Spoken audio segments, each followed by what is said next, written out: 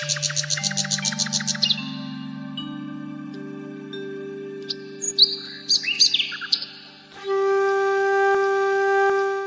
തലമുറകളായി നിങ്ങൾക്കൊപ്പം PRS hospital. നമസ്കാരം. ഇസ്രായേലിന്റെ നാഥ, നീ എനിക്ക് വേണ്ടി കണ്ണീരൊഴുക്കണ്ട, വരുന്ന സന്തതി പരമ്പരകൾക്ക് വേണ്ടിയാകട്ടെ. നിന്നെപ്പോലെ നിന്റെ അയൽക്കാരനെയും സ്നേഹിക്കണം എന്ന് പറയുന്ന വളരെ ആപ്തവാക്യമുള്ള ബൈബിൾ കയ്യിലെടുക്കുന്ന ഒരു രാജ്യം. താൻ ആഹാരം കഴിക്കുന്നതിന് മുമ്പ് തൻ്റെ ചുറ്റും ഉച്ചത്തിൽ ശബ്ദമുണ്ടാക്കി എത്ര പേർ ആഹാരം കഴിച്ചിട്ടില്ല എന്നുള്ള വിശന്നിരിക്കുന്നു, അവർക്കെല്ലാം ആഹാരം കൊടുത്തിട്ട് മാത്രം തനിക്ക് ആഹാരം കഴിക്കാൻ അവകാശമുള്ളൂ എന്ന് പറയുന്ന ഖുറാൻ. മറ്റെന്തെല്ലാം മതത്തിൽ ദോഷം പറയുന്നുണ്ടെങ്കിലും ബൈബിളിലോ ഖുറാനിലോ ഒക്കെ പറയുന്നുണ്ടെങ്കിലും എൻ്റെ നല്ല വശമാണ് ഞാൻ പറഞ്ഞത്. മറ്റു കാര്യങ്ങൾ അഭിപ്രായം മറ്റുള്ളവർക്കുണ്ടാകാം.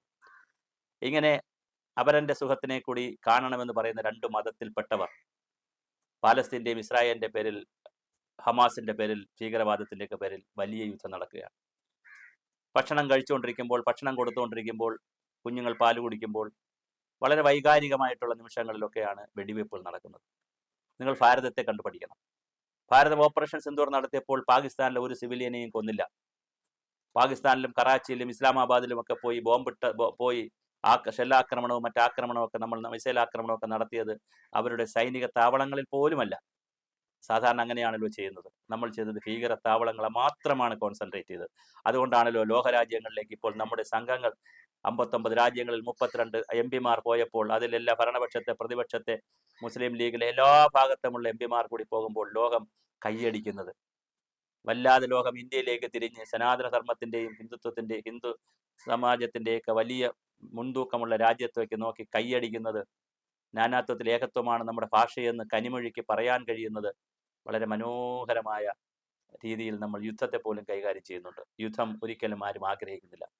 സിന്ധു നദീജല കരാർ നമ്മൾ ഒഴിവാക്കി. പക്ഷെ അതിൻ്റെ വീഡിയോ നമ്മൾ പലത് ചെയ്തിട്ടുണ്ട്. അത് വെള്ളവും രക്തവും ഒന്നിച്ച് പോകുമോ, ഒന്നിച്ച് പോകണോ, അത് വേറെ വിഷയമാണ്.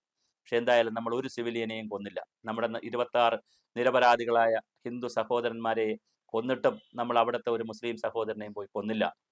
അതേസമയം പാലസ്തീനിലും ഇസ്രായേലിലും നടക്കുന്ന യുദ്ധം, ഹമാസിന്റെ പേരിൽ നടക്കുന്ന തീവ്രവാദ പ്രവർത്തനങ്ങൾ, എന്താണ് നിങ്ങൾ ഒരു വശത്ത് ഖുറാനും കയ്യിലെടുത്ത് മറ്റൊരു വശത്ത് ബൈബിളും കയ്യിലെടുത്തുകൊണ്ട് നിങ്ങൾ നൂറ്റാണ്ടുകളായി ഇങ്ങനെ യുദ്ധം ചെയ്യുന്നു. ഈ യുദ്ധത്തിൽ മരിക്കുന്നത് കുട്ടികളാണ്, കുഞ്ഞുങ്ങളാണ്, അമ്മമാരാണ്, സഹോദരിമാരാണ്.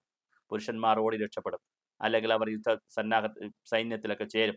അതേസമയം സ്ത്രീകളും കുട്ടികളുമാണ് ഇതിൻ്റെ ബുദ്ധിമുട്ടുണ്ടാകുന്നത്. ഇപ്പോൾ തന്നെ എത്ര മോശപ്പെട്ട വാർത്തകളാണ് വരുന്നത്. ആരായാലും ഭക്ഷണം കഴിച്ചുകൊണ്ടിരിക്കുമ്പോൾ അതിലെതിരെ നിറയൊഴിക്കുക, കുട്ടികൾക്കെതിരെ നിറയൊഴിക്കുക, പാല് കുടിച്ചുകൊണ്ട് ഉറങ്ങുന്ന കുഞ്ഞിൻ്റെ പുറത്ത് ആ കുഞ്ഞെന്ത് പിഴച്ചു, കുഞ്ഞിനെന്ത് യുദ്ധം.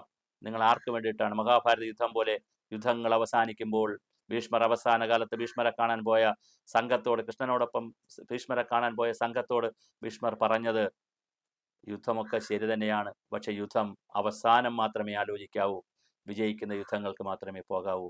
എന്നിട്ട് പറയുന്നു, ഒരു യുദ്ധവും വിജയിക്കുന്നില്ല ആത്യന്തികമായി.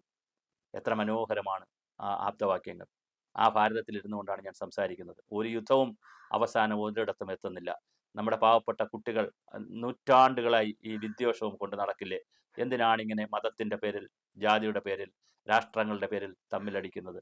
ഇസ്രായേൽക്കാരോടും എനിക്ക് പറയുവാനുള്ളത്, പാലസ്തീൻകാരോടും പറയാനുള്ളത്, നിങ്ങൾ ഈ പണി മതിയാക്കണം. ഹമാസുകാർ കൃത്യമായി നിങ്ങൾ ഈ ഭീകരവാദ പ്രവർത്തനം നിർത്തണം.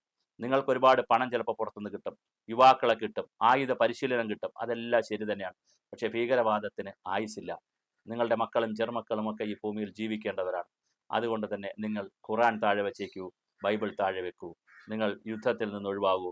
നിങ്ങൾ പരസ്പരം പോരടിക്കുന്നതും കൊല്ലുന്നതും വെട്ടുന്നതും നിറയൊഴിക്കുന്നതുമൊന്നും മറ്റൊരാളിനെ നിറയൊഴിച്ച് കൊല്ലാനൊന്നും ഒരു മതത്തിലും പറയുന്നില്ലല്ലോ. അങ്ങനെ പറയുന്നുണ്ടെങ്കിൽ ആ മതത്തെയും നമുക്ക് തള്ളിപ്പറയേണ്ടി വരും. അപ്പോൾ തീർച്ചയായും നിങ്ങൾ അള്ളാഹുവിൻ്റെ പേരിലായാലും യേശുവിൻ്റെ പേരിലായാലും തോക്കുകൾ എടുക്കരുത്. തീർച്ചയായിട്ടും പാലസ്തീനിൽ നിന്നും ഇസ്രായേലിൽ നിന്നും വരുന്ന വാർത്തകൾ, ചിത്രങ്ങൾ വളരെ വേദനാജനകമായ ചിത്രങ്ങളാണ്.